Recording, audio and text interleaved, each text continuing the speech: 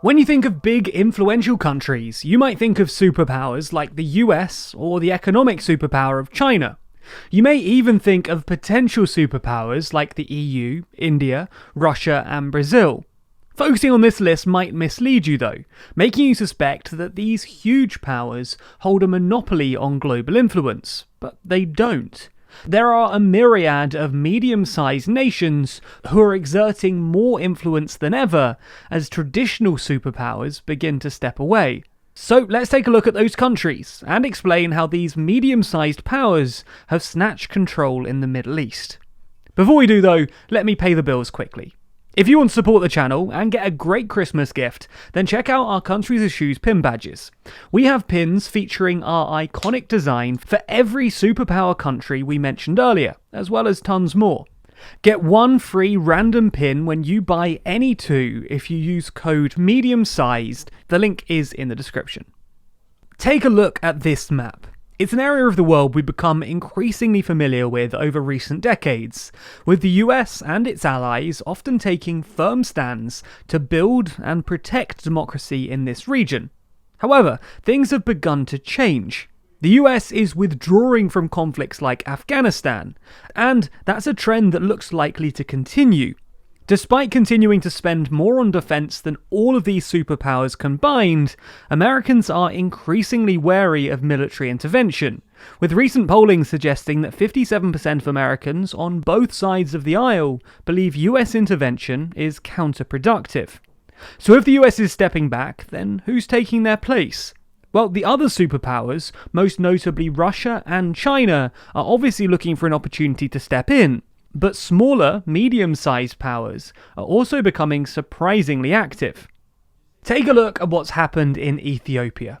Not long ago, the US had a strong and friendly relationship with the country, spending a lot of money providing aid and supporting democratic reforms. In recent years, though, this relationship has soured, culminating in the country's Prime Minister, Abiy Ahmed, ignoring a request to meet with the head of American International Development while she was in the country. How could they afford to sever such powerful ties with America? Well, you've probably guessed the answer already. Iran, Israel, Turkey, and the UAE have all been accused of selling weapons to Abiy. And the UAE supposedly flew drones for him, as well as promising billions in aid. Or what about Afghanistan? Another country which has recently seen regime change on the back of the US's declining influence. There, within weeks of the Taliban taking power, we saw Pakistan's influence game kicking into full gear. Their support of Afghanistan makes sense too. The country has long been fearful of becoming encircled by nations allied with rival India. So many believe that getting Afghanistan on side is an important buffer for Pakistan.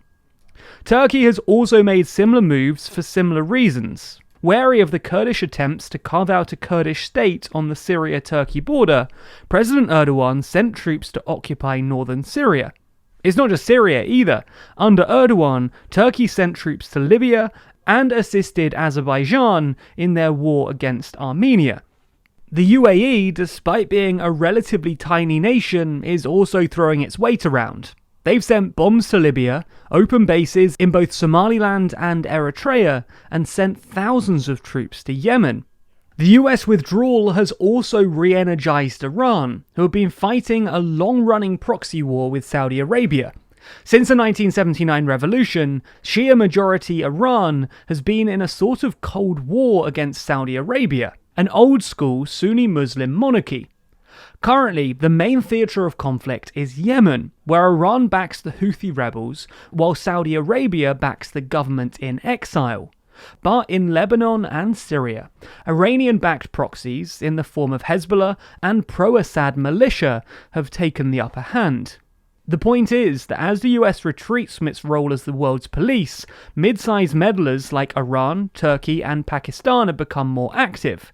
And, well, this isn't a good thing.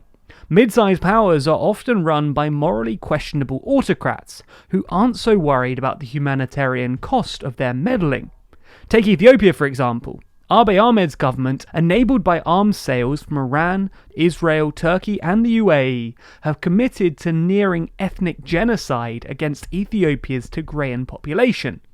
Ethiopia was once a hopeful democracy and is now engulfed by a civil war and quickly descending into stateless chaos. It's a similar story in Afghanistan. The Taliban were covertly supported by Pakistan for most of the American occupation. If you ask Pakistan why, they'd tell you it was because they needed to dissuade the Taliban from supporting other terrorist groups in Pakistan. But it's probably actually because Pakistan didn't want the next Afghan government to be sympathetic to India. Pakistan now have their way. The Taliban rule Afghanistan, and Pakistan are their closest ally, at a massive humanitarian cost. And not only are the Taliban a bunch of backwards misogynists, they're also terrible administrators, which is why most of Afghanistan is facing crisis-level food insecurity.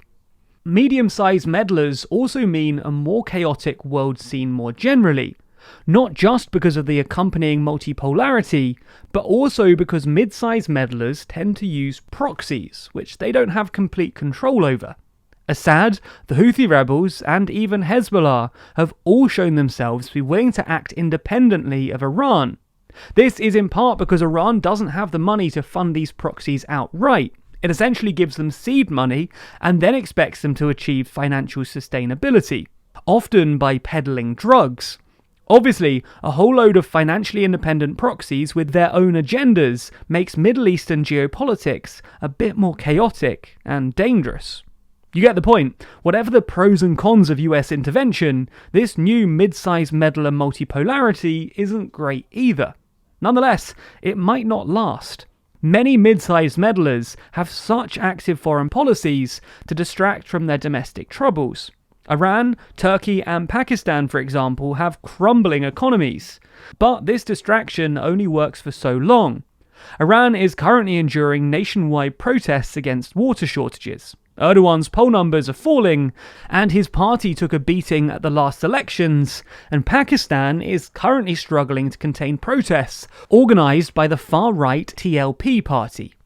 Mid-sized meddlers are also, just not very good at meddling. This is unsurprising. If America couldn't sort out Afghanistan, who thought Pakistan would be able to?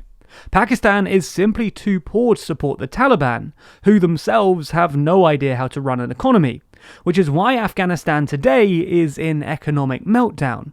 Pakistan is now facing the prospect of either a civil war on its doorstep or a massive influx of Afghan refugees, or even a host country for the Pakistani Taliban, which is why Pakistan is currently begging the West to return aid to Afghanistan. Similarly, the meddling in Ethiopia hasn't gone well either. Despite opportunistic support from basically every mid-sized meddler, all hoping to get a geostrategic foothold on the Horn of Africa, Abey's government has failed to repel the TPLF, who are bearing down on the capital, which leaves Ethiopia looking like it's set for complete collapse. And at the moment, the smart money looks like it's on the TPLF coming out stronger. Anyway, this is the at least partially complete map of interventions in this region, and shows how medium-sized countries have begun to step up, as the US and other traditional powers have backed away. No one knows if this trend will continue, and there's reason to be skeptical, but it at least looks like Middle Eastern geopolitics will remain complicated in the near term. But what do you think? Are there any interventions we've missed from our map? Are you concerned about these changes in geopolitics, or is it good that other countries are getting the opportunity to have their say in these matters? Comment your thoughts down below. And before we finish, remember that if you use code MEDIUM-SIZED, then you can get a free pin badge when you buy any two from the store. So if you want a quick gift for yourself or a friend ahead of Christmas, then you can check out the store.